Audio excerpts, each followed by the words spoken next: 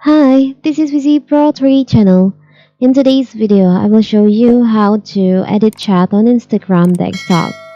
So if you're using Instagram on your PC or laptop, on your Instagram website or desktop, and you send message to your friends, and if you don't know how to edit the message, maybe you just send type a message like this,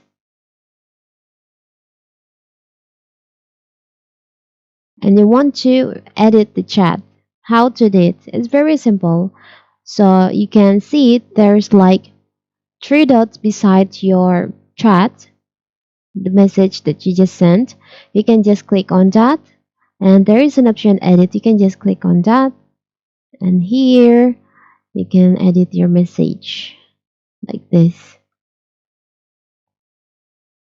and you can just set it, select on send.